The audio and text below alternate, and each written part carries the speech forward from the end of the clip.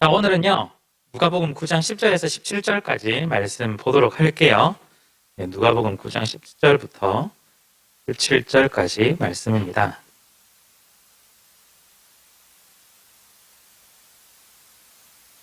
네, 교독하고요. 마지막은 함께 읽도록 하겠습니다. 제가 먼저 읽겠습니다. 사도들이 돌아와 자기들이 행한 모든 것을 예수께 여쭈니 데리시고 따로 벳세다라는 고을로 떠나가셨으나 우리가 알고 따라왔거늘 예수께서 그들을 영접하사 하나님 나라의 일을 이야기하시며 병 고칠 자들을 고치시더라. 날이 저물어가매 12사도가 나와 여짜오되 무리를 보내어 두로 마을과 촌으로 가서 이유하며 먹을 것을 얻게 하소서. 우리가 있는 여기는 빈 들이니이다. 예수께서 이르시되 너희가 먹을 것을 주라 하시니 거기 2마리밖에 없으니 모든 사람을 위하여 먹을 것을 사지 아니하고서는 할 수 없사옵나이다. 이는 남자가 한 5,000명 되밀어라. 제자들에게 이르시되 때를 지어 한 50명씩 앉히라 하시니 제자들이 이렇게 하여 다 앉힌 후에 예수께서 떡 5개와 물고기 2마리를 가지사 하늘을 우러러 축사하시고 떼어 제자들에게 주어 무리에게 나누어 주게 하시니 먹고 다 배불렀더라. 그 남은 조각을 12바구니에 거두니라. 네, 오늘은요, 제자에서 사도로라는 제목으로 조금 말씀을 좀 묵상해 보려고 하는데요. 오늘 내용, 어느 정도 여러분들 교회 조금이라도 다니신 분들은 잘 아실 만한 오병이어 사건이에요. 그래서 오병이어 여러분들 생각하시는 것과 한번 좀 비교해 보시면 좋을 것 같은데요. 오병이어, 그러니까 떡 5개와 물고기 2마리로 5,000명을 먹인 이 일인데, 이 기적이 그 사복음서라고 하죠. 마태, 마가, 누가, 요한복음에 모든 기적이 동일하게 들어가는 케이스가 이 케이스밖에 없어요. 다른 것들은 예를 들어서 마태복음에만 있고 어떤 것들은 마태와 누가복음에만 있고 이런데 이 기적은 마태, 마가, 누가, 요한 4개 다 포함이 되어 있습니다. 그만큼 좀 중요하기도 하고요. 그런데 나중에 여러분들이 기회가 되시면 가서 가지고 읽으실지는 모르겠지만 읽어보면 좀 스타일이 조금씩 달라요. 물론 쓴 사람의 스타일이 다르기 때문에 그런 것도 있지만 강조하는 포인트가 조금 다르다는 뜻이거든요. 그래서 오병이어라고 했을 때 우리는 어떻게 보통 생각하냐면 이 물고기 보리떡 5개와 물고기 2마리를 5,000명이 먹일 수 있도록 만드시는 예수님, 이렇게 포인트가 하나 있고, 또 한 가지는 그걸 드린, 오늘 누가복음에는 설명은 안 돼 있지만 요한복음 가면 어린아이가 이걸 드렸다라고 이야기를 하는데 이 아이처럼 헌신된 모습을 우리가 포인트로 이렇게 볼 수가 있을 것 같아요. 그래서 이 오병이어 관련돼서 이거 찬양도 있거든요. 그런 찬양이. 그가 일하시네. 그걸 하고 싶지만 제가 오늘 하는 설교 내용과는 별로 관계없어서 바꿨는데요. 하여튼 그런 게 있습니다. 그래서 우리가 보통은 어릴 때부터 그런 내용들을 가지고 오병이어의 이런 해석학적인 접근을 좀 많이 했었는데요. 사실은 여러 가지가 있어요. 어떤 면이 있냐면요. 예를 들어서 오늘 등장인물들 중에 오늘 사도라고 나와 있지만 제자들의 입장에서 우리에게 들려주는 이야기가 있고요. 또 하나는 예수님이라는 관점에서 들려주는 이야기가 있을 수도 있어요. 또 하나는 아까 말했듯이 떡 5개와 물고기 2마리를 드린 아이의 입장에서 헌신에 관련된 이야기를 우리가 또한 배울 수도 있을 것 같아요. 뿐만 아니라요. 오늘 본문만 우리가 떼어서 이렇게 좀 봤지만 사실은 앞뒤 연결된 내용이 다른 이야기들이 조금 있어요. 어떤 거냐면 지난주에 어떤 말씀을 드렸냐면 예수님이 제자들을 보내서 그 제자들이 하나님 나라의 복음을 전파하고 병을 고치고 귀신을 제어할 수 있는 권위와 능력을 주셨다라는 걸 지난주에 잠깐 봤는데요. 그러면서 뒤에 딸려있던 이야기가 이런 내용이었어요. 몽왕 헤롯이 너무 신기해하는 거예요. 이런 일이 일어나는 건 세례요한밖에 없는데 나 세례요한 얼마나 전에 죽였었는데 왜 이런 일이 일어나지 하면서 마지막에 뭐가 나오냐면 그 예수라는 자가 누군지가 되게 궁금해서 보고 싶은 거예요. 예수가 누군지 궁금하다라는 이야기가 등장하고 바로 오늘 이야기가 나와요. 그럼 약간 뉘앙스가 그렇죠. 의도적인 것 같은 성경이 말하는 게 예수가 누구냐라고 했을 때 오늘 오병이어 이야기가 나와요. 그러면서 오늘 오병이어 본문이 딱 끝나고 나면 뭐가 나오냐면 흔히 좀 유명한 그 베드로의 신앙 고백이 나오거든요. 신앙 고백 직전에 뭐라고 하냐면 예수님이 먼저 물어봐요. 사람들이 나 누구라고 해? 누구라고 하느냐라고 물어보는 거죠. 약간 뉘앙스가 예수님이 누군지를 앞뒤에서 물어보고 그 중간에 오병이어를 집어넣어서 예수님은 사실은 이런 분이다라는 걸 보여주기 위해서 오병이어 이야기를 우리 가운데 들려주는 경우도 있습니다. 답하신가요? 네. 어쨌든 예수님은 누군지를 알려주기 위해서 이런 구조로 이야기를 하는 경우도 있습니다. 그리고 또 이런 경우도 있겠죠. 14절에 16절에서 예수님이 실제 이걸 가지고 축사하고 떼어서 사람들에게 나눠주는 장면이 구약에도 나와 있는 장면이고 또한 예수님이 직접 성찬식 마지막 만찬 때 하는 모습하고 굉장히 비슷하게 나와요. 이렇게 실제로 먹인 이야기들이 엘리야의 이야기, 모세 이야기도 또 동일하게 비슷하게 나오거든요. 그러면서 모세와 엘리야의 이야기가 지금 실제 이루어졌고 그래서 예수님이 선지자임을 보여주고 또한 이 만찬이 마지막 만찬의 모양으로 우리 가운데 이야기를 하는 경우도 굉장히 복잡하게 이야기했지만 하나도 기억 안 하셔도 돼요. 괜찮습니다. 이 여러 가지가 생각보다 많다라는 걸 일부러 좀 말씀드리고 싶었어요. 그래서 성경을 여러분들이 보실 때 뭔가 단편적으로 그냥 하나의 이야기만 우리 가운데 하는 것 같아 보이지만 그런 것이 아니라 우리의 인생도 마찬가지잖아요. 내 인생을 내가 걸어나가는데 내가 만나는 많은 사람들이 있는데 그 사람들도 그 사람 나름대로 인생을 계속해서 살아가고 있고 그래서 사건이 일어나고 만남이 일어나고 관계가 일어나고 하면서 큰 그림으로 보면 또 하나의 이야기처럼 흘러가는 거잖아요.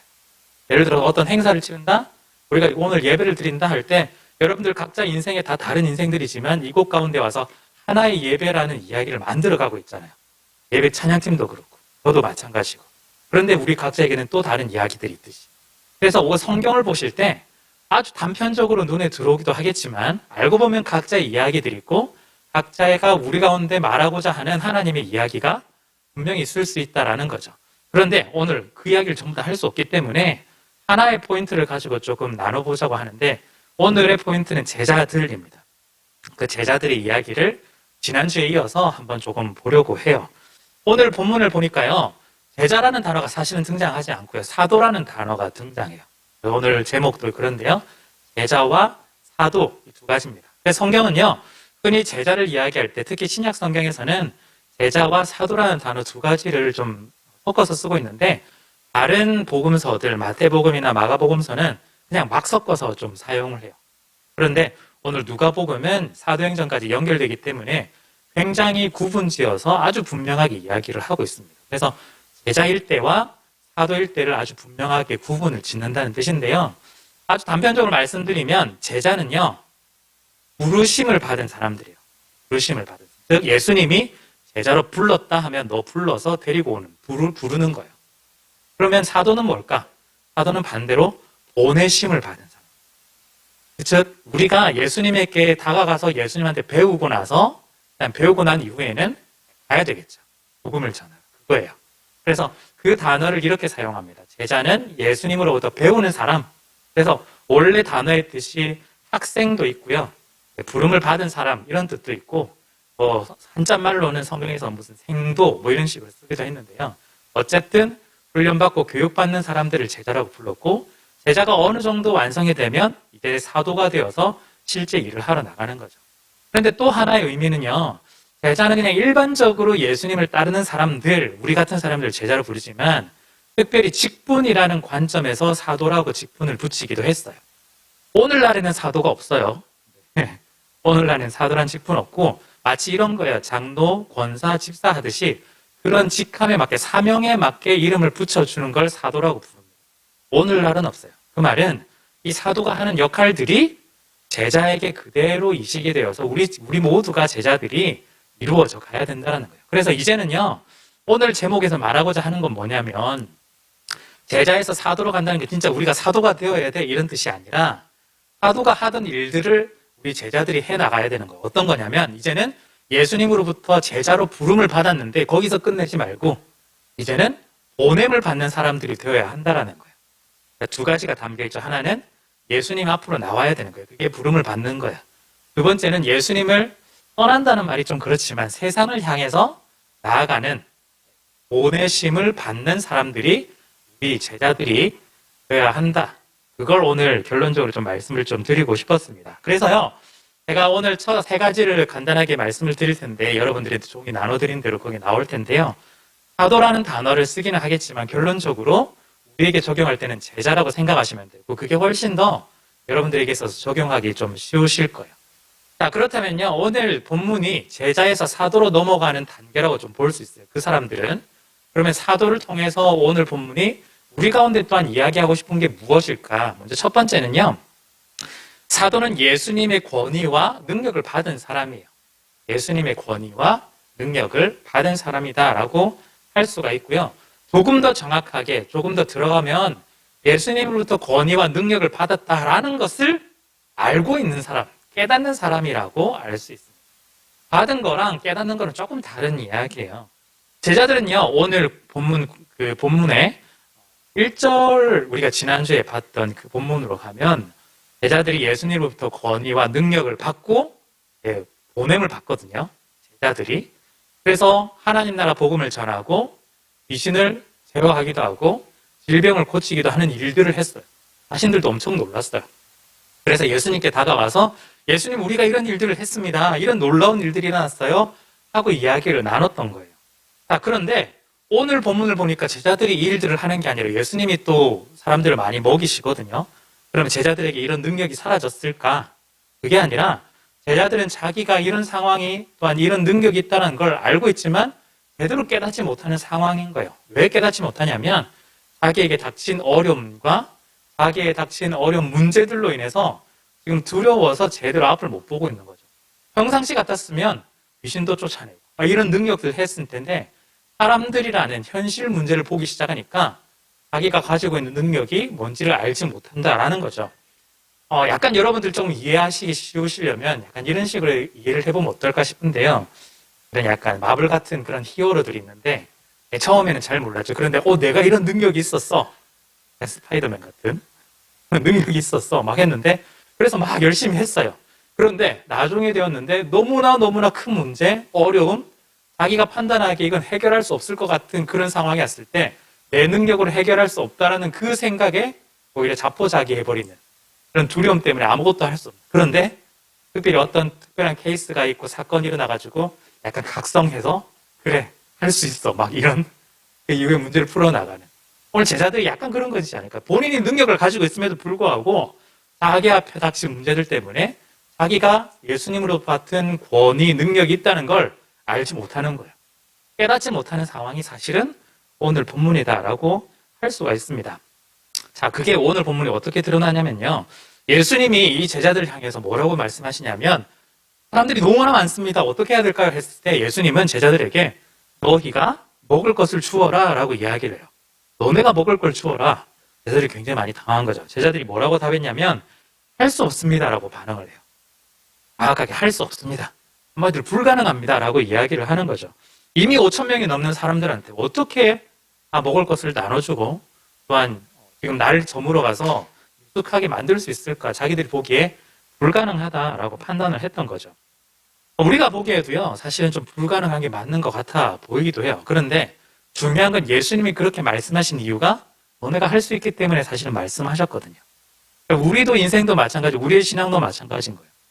그런 경우 있잖아요. 여러분들이 기도하다가 어떤 문제가 닥쳤을 때 나는 좀 불가능할 것 같은데 마치 하나님의 음성이, 마치 하나님의 말씀이 그래도 한번 해보라고 계속 말씀하시는 것 같아요.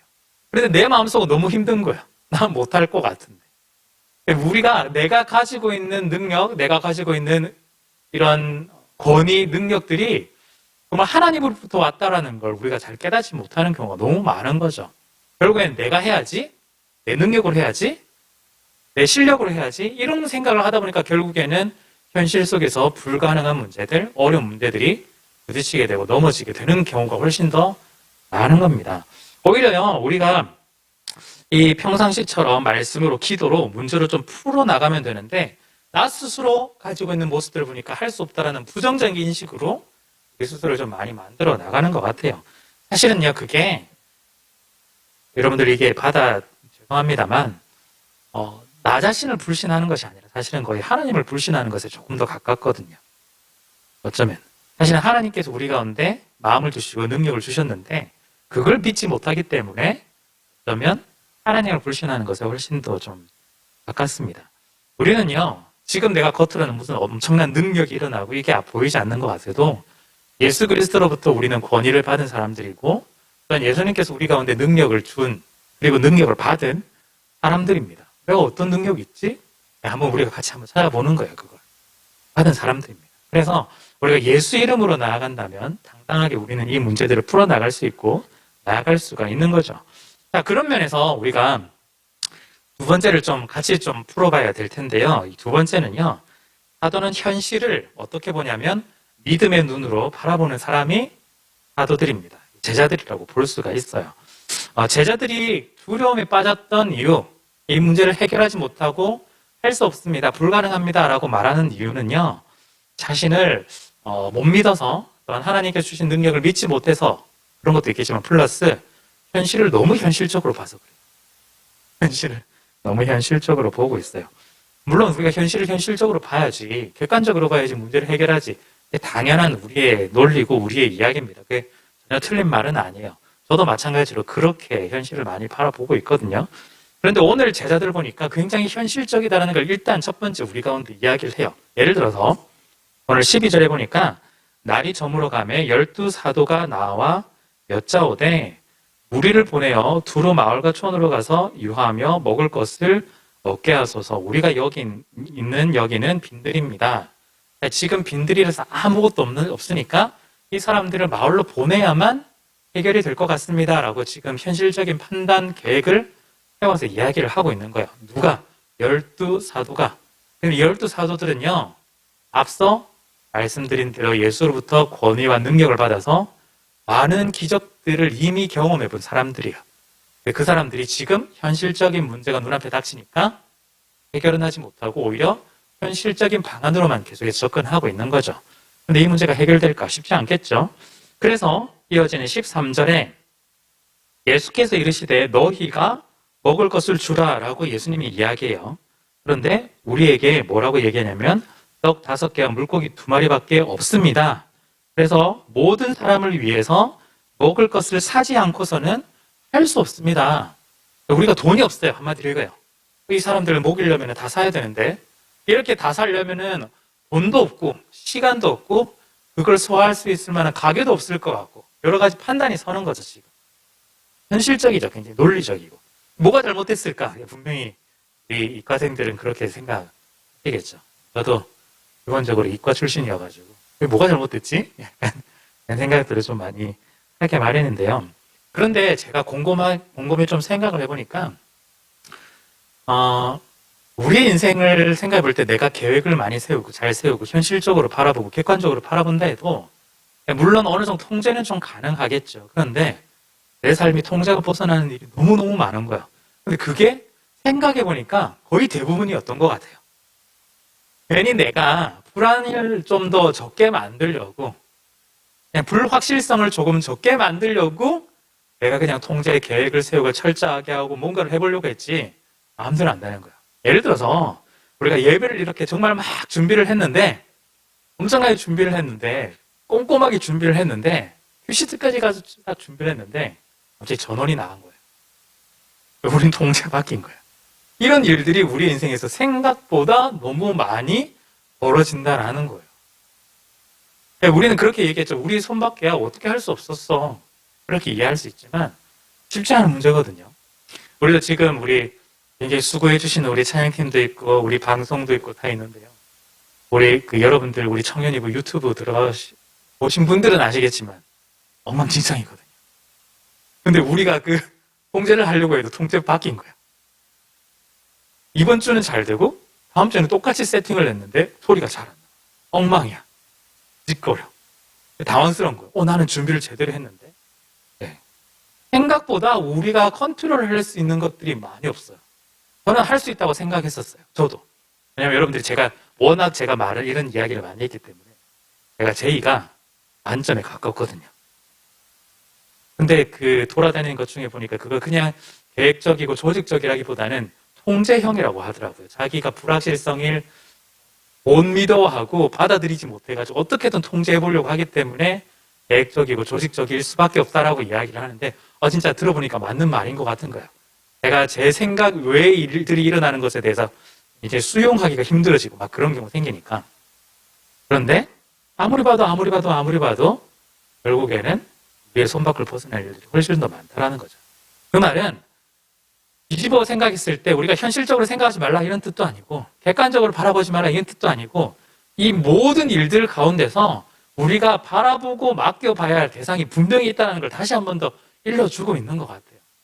특히 우리 신앙인이라면 예수 그리스도를 믿는 사람이라면 내가 철저하게 계획을 하더라도 벗어나는 모든 일들이 있는데 그것만큼 어떻게 해야 되느냐? 하나님께 맡길 필요가 있다는 거죠. 그래서 우리의 현실 가운데 우리의 현실을 현실으로만 바라본다 해서 문제 해결될 거 없거든요. 그렇다면 현실을 어떻게 바라봐야 되느냐?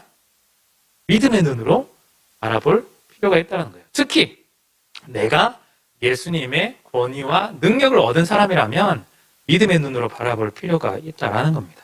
예수님은요, 이 문제에 대해서 방식이 좀 많이 달랐어요. 단순히 기적을 행했다? 그냥 사람들 많이 먹였다? 그러니까 많은 것들을 남겼다? 단순히 이런 것이 아니라 사실은 어쩌면 현실을 현실로만 바라보고 있는 이 제자들에게 아니야, 이 현실을 현실로 바라보는 것도 너무나 중요하지만 우리가 믿음의 눈으로 바라보고 일을 풀어나가야 되는 것들도 있어라고 예수님이 이 제자들한테 지금 이야기하고 있는 것 같아요.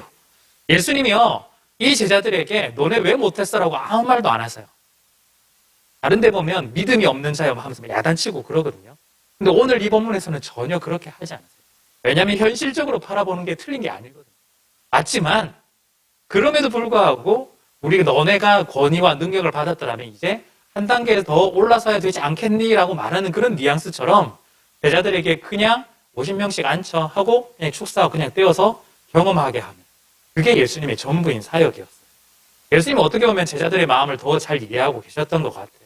그래서 우리에게 말하고 있는 건 현실을 바라볼 때, 우리의 문제를 바라볼 때, 물론 현실적으로, 객관적으로 다 철저하게 준비해서 나아가야 되지만, 그럼에도 불구하고 우리의 눈은 믿음의 눈을 들어서 하나님께서 우리 인생 가운데 하실 것들을 조금 더 기대하고 소망하면서 갈 필요가 있다는 걸 이야기를 해주십니다. 그래서요, 여러분들이 특히 성향상 굉장히 이성적이고 너무 객관적이신 분, 너무 거기에만 머무르지 마시고, 그래서 성령님을 너무 제한하지 마시고요. 여러분들이 인생 가운데서 어떻게 또 하나님의 놀라운 일들이 펼쳐질까 한번 기대하며 소망하며 나가셨으면 좋겠습니다. 그럴 때 더 큰 경험들을 해나가죠. 내가 생각하는 것 이상으로 일하시는 하나님을 발견하게 될 거고요. 내가 계획하는 것보다 더 넘어서는 것들을 우리가 경험할 수 있을 거예요. 저 같은 사람이 많은 걸로 알고 있기 때문에 그걸 같이 한번 넘어서 보면 좋겠습니다. 자, 그런 점에서 이제 세 번째 잠시 볼 텐데요. 세 번째는요. 사도는 누구냐면 예수님이 누군지를 아는 사람이에요. 예수님이 궁극적으로 우리가 처음에 예수님으로부터 권위가 왔다라는 걸 깨닫는 사람, 그리고 이 현실의 문제를 믿음의 눈으로 바라보는 사람인데 그 근간 배경에 뭐가 제일 중요하냐면 예수님이 누군지를 아는 사람이에요. 제가 처음에 초반부에 잠깐 언급드린 것처럼 헤롯 왕이 예수가 누구냐 하고 또 마지막에 예수님이 사람들은 나를 누구냐라고 했을 때 그 사이에 있는 이야기가 오병이어였어요.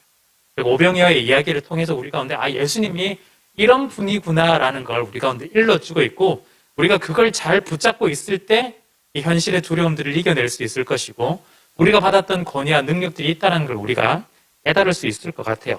조금 더 다시 한 번 더 설명을 좀 드리면요. 아까 헤롯이 뭐라고 얘기했냐면 9절 같은 경우에 이 사람이 누군가 하며 그를 보고자 하더라 하면서 궁금증을 가졌고요. 예수님도 오병이어 사건 이후에 제자들을 향해 네가 나를 누구라 하느냐라고 물어봐요. 자, 그 다음에 이어지는 말에 너희는 나를 누구라 하느냐라고 예수님이 우리 가운데 물어보세요. 자, 이제 우리 가운데 어떻게 적용을 해야 되냐면요. 다른 사람들이 예수를 뭐라고 하느냐, 그건 중요하지 않아요. 다른 사람들이 예수님은 어떤 분이십니다. 구원자입니다. 예수님이 우리를 위해서 십자가에 달려 죽으셨어요. 예수님을 이런 이야기하는 것들을 다른 사람들이 이야기를 하고 정답을 말하겠지만 중요한 건요. 예수님이 계속해서 이 질문을 하는 건 여러분들 각자 자신에게 그래서 넌 나를 어떻게 생각해? 라고 지금 물어보고 있는 거죠. 넌 나를 어떻게 생각해? 내가 예수님에 대해서 어떻게 생각하느냐에 따라서 이 현실의 문제를 믿음의 눈으로 볼 수 있는 건지 아니면 나에게 권위와 능력이 있다는 걸 깨닫게 될 건지 결판나게 더 있다라는 거예요. 그래서 여러분들 신앙생활 하실 때 그냥 교회 나오지 마시고 그냥 교회 나오지 말지. 그냥 뭐 큐티하고 말씀을 꼭 기도할 때 그냥 내가 했다라는 것에 만족해 하지 마시고 한번 가끔 질문을 한번 던져보세요. 예수님은 나에게 어떤 분이신지, 또 바꿔서 나는 예수님에게 어떤 존재인지를 한번 여러분들이 질문해 보시고 답을 찾아보시는 거예요. 우리가 신앙생활을 그냥 아무 생각 없이 오래 하시면요, 그냥 그런가 보다 하고 넘어가는데 실제 곰곰하게 생각해 보면 다른 사람이 고백하는 그 예수님을 내가 믿고 있는 경우가 되게 많을 수도 있어요. 무슨 말이냐면 내가 고백하는 예수님을 만나야 되는데, 나랑 관계 있는 사람을 만나야 되는데 나랑 전혀 관계없이 다른 사람을 만나는 거예요. 약간 이런 거죠. 우리가 연예인들 만난다고 생각하면 그냥 멀리서 떨어져서 그냥 팬으로 봤을 때 그거 진짜 잘 아는 거죠. 그 사람이 뭐 나무 위키 들어가면 다 잘 나오니까 이렇대 하고 너무 잘 알고 있고 사진도 알고 잘 아는데 그냥 나랑 관계없어. 우리가 때론 예수님을 이렇게 볼 경우도 많은 거예요. 왜 나온다고 했지만 그냥 연예인 만나듯이 만나고 한 번도 손 한 번 잡아본 적도 없고 말 한 번 걸어본 적도 없이 그냥 집에 가는 거예요. 의미 없어요. 진짜 의미는 만나서 밥 먹고 이야기하고 차 마시면서 예수님의 속마음 들어보고 나도 속마음 이야기하고 그런 관계가 진짜 관계거든요. 예수님이 우리 가운데 질문하고 있는 거예요. 다른 사람이 뭐라고 하는데 넌 나를 보고 뭐라고 해? 그때 베드로가 자기 고백을 나름대로 하잖아요. 그런 고백처럼 우리 가운데 그런 고백이 좀 필요한 거예요. 어떤 베드로가 했다는 그런 정답 같은 고백, 물론 너무 좋지만 그 고백 말고 여러분들만의 고백이 있어야 현실을 바라보는 눈이 생기고 우리에게 무엇인지 권위가 있는지 능력이 있는지를 여러분들이 훨씬 더 잘 알게 된다라는 거예요. 그래서 여러분들이 꼭 예수님을 만나셨으면 좋겠습니다. 예수님을 경험했으면 좋겠어요. 예수님하고 밥 한번 드셨으면 좋겠고 한잔 하셨으면 좋겠고 그런 관계성이 좀 더 있었으면 좋겠습니다. 어떻게 하나요? 네, 좀 같이 해 나가고 풀어나가야 될 문제인 것 같고요. 여러분들 마음 가운데 예수님이 오셔서 함께 그 이야기들을 나눴었습니다. 오늘 오병이어 이야기에서는요, 예수님이 이 모든 문제들을 다 아시고 해결해 주시는 분이라는 걸 기본적으로 알고 있고요. 더불어서 이 사람들이 많은 사람들이 몰려왔을 때 예수님은 밀쳐내지 않으시고 오늘 본문에 보니까 영접했다라고 이야기해요. 그냥 환영했다요.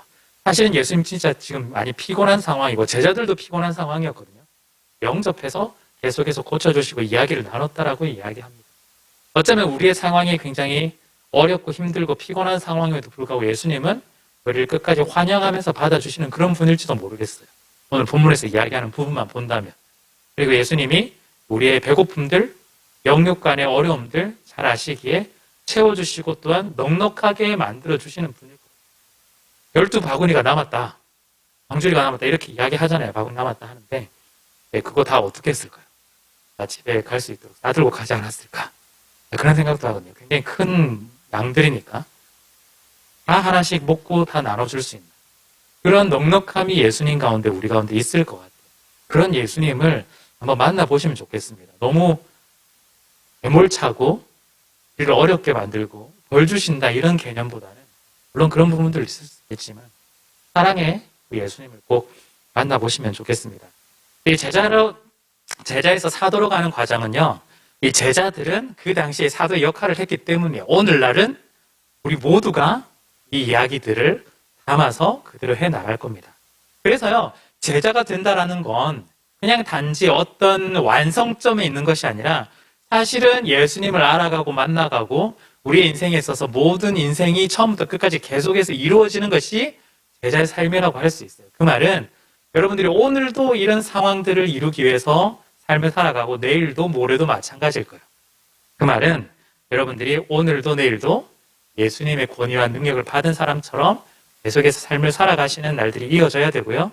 또한 여러분들이 믿음의 눈으로 세상을 바라보고 문제들을 해결해 나갈 수 있도록 간구하고 또한 구하고 나아가는 여러분들이 되셔야겠습니다. 무엇보다 그 근간에는 예수님을 알고 만나는 것이 훨씬 더 좀 중요하겠죠. 그래서 여러분들 이 과정이 오늘 끝이 아니라 여러분들 평생이 이루어질 거기 때문에 계속해서 제자의 걸음들을 한 걸음씩 한 걸음씩 잘 걸어 나가시면 좋겠습니다. 제자는요, 똑똑한 사람들이 제자 되지 않아요.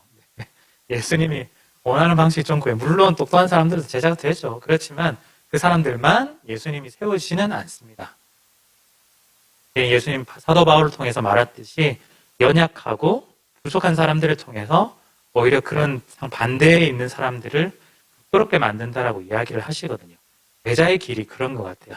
여러분들 스스로를 볼 때 나는 부족해, 나는 할 수 없어 라고 하겠지만 예수님은 그럴 때일수록 너 자격, 합격, 오케이야. 오히려 그렇게 말씀하실 것 같아요. 내 제자로서 최고의 조건을 갖췄어. 이렇게 이야기하실 것 같아요. 우리가 부족한 만큼 우리가 계속해서 걸어 나갔으면 좋겠습니다. 특별히 저는 한 가지만 마지막으로 좀 당부를 좀 드리면 마침 우리 시즌이 기승전 약간 가족 이렇게 지난주에도 그랬는데 아니 무슨 가족장을 대달라 이런 뜻이 아니고 여러분들 모두가 이 제자의 걸음을 같이 걸어 나가셨으면 좋겠다는 바람이 있습니다. 무슨 말이냐면 예를 들어서 우리가 제가 평생 걸어가야 된다고 하지만 우리 안에서 만약에 어느 정도 특정 지점을 중간에 터닝 포인트처럼 하나씩 집어 나간다면 어쩌면 리더가 되는 그런 과정일 수도 있을 것 같아요. 그런데 우리의 뭐 가족장이나 뭐 국장들은 이건 뭐 저런 교회 오래 다닌 사람이나 신앙 좋은 사람이 하는 거겠지 라고 생각하고 여러분들의 스스로를 나는 아니야 라고 생각하지 마시고 우리 모두가 그 길을 걸어간다라고 여러분들이 생각해 주시면 너무 감사하겠습니다. 그래서 나 같은 사람도 하나님께서 쓰시는구나. 하나님 얼마나 좋아하시고 또한 여러분들을 보는 다른 지체들도 얼마나 좋아하겠어요. 저 사람 약간 엘리트 코스처럼 이렇게 쭉 가는 사람 당연히 저런 사람은 저렇게 살아가겠지 라고 생각하겠는데 꼭 그렇지는 않거든요. 우리가 가정 속에서 함께 하나님의 사랑을 누리고 또한 제자로서의 삶을 살아가는 그 모든 것들이 우리 가운데 우리 모두에게 주어졌다라는 걸 여러분들이 인식하고 기억하셨으면 좋겠습니다. 그래서 이번에 꼭 뭐 가족장 아니더라도 또한 시간이 지나서 여러분들이 기회가 되신다면 얼마든지 함께 섬겨나가고 함께 일들을 만들어 나가기를 여러분들에게 좀 기대를 해봅니다. 그래서 나이에 상관없이 신앙 연수에 상관없이 함께 아름답게 일들을 만들어 나가셨으면 좋겠습니다.